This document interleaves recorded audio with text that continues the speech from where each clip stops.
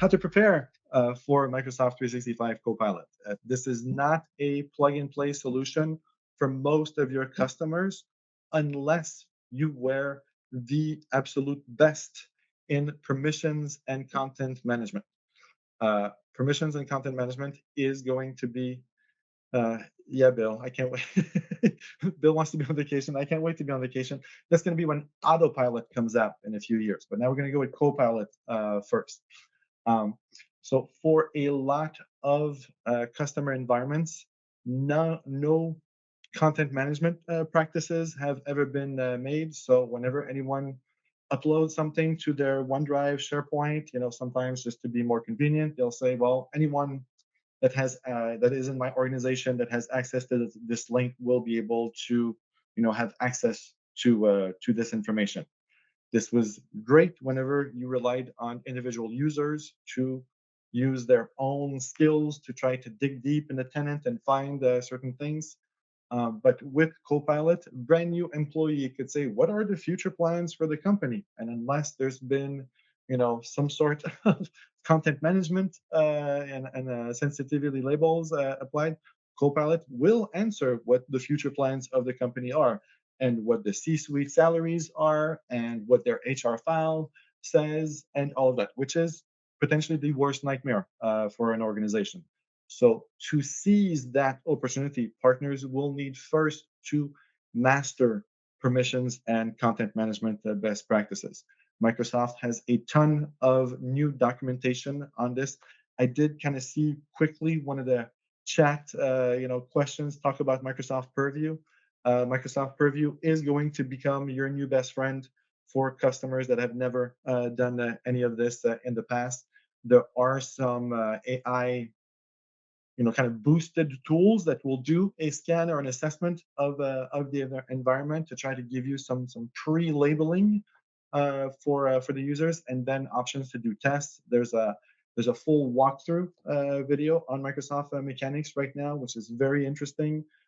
So if any part of your bread and butter was to do audits on governments and permissions and content management, this will be your year. This is going to be very important to set that up for customers long before they have a Copilot. The analogy I like to use is that if you are planning to move, you don't want to wait until the moving truck is in your driveway before starting to pack boxes. You want to do this long ahead of time so that you have an easier time getting to your destination. For security, privacy, and data residency, the absolutely great news about this is that since it is not the OpenAI ChatGPT service, it is all within the Microsoft ecosystem.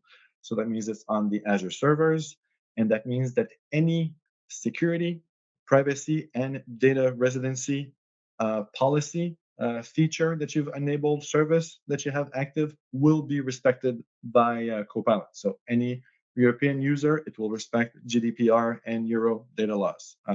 Anyone in Canada, you'll have all of your data there. So in Quebec, all of the new data residency laws will be observed. So this is a great way to kind of get that trust from end customers that anything that you've already put in place or have been meaning to put in place will apply when it comes to Copilot. After that, license management, it can be as simple as, hey, we have the right users and we're going to go into the admin center and apply the add-on to them. But you will find that it is, again, not a fully plug-and-play type of solution. There will be some decisions that will need to be made at the tenant level. For example, you need to turn on the ability to have transcriptions from Teams meetings. Otherwise, Copilot or Teams Premiums that James mentioned earlier will not work. You'll actually get a message, that it will not, that it's been disabled at the tenant level.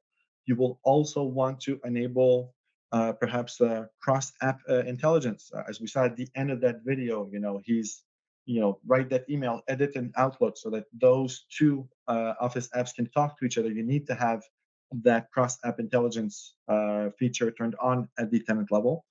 And finally, when it comes to going on the web, any type of AI tool uses what's called WebSockets instead of HTTP. So that's a two-way type of communication. So you need to enable that possibility. A lot of VoIP type of people here would remember this as quality of service, or QoS, that has to be turned on to ensure maximum throughput for that those specific requests with the AI servers.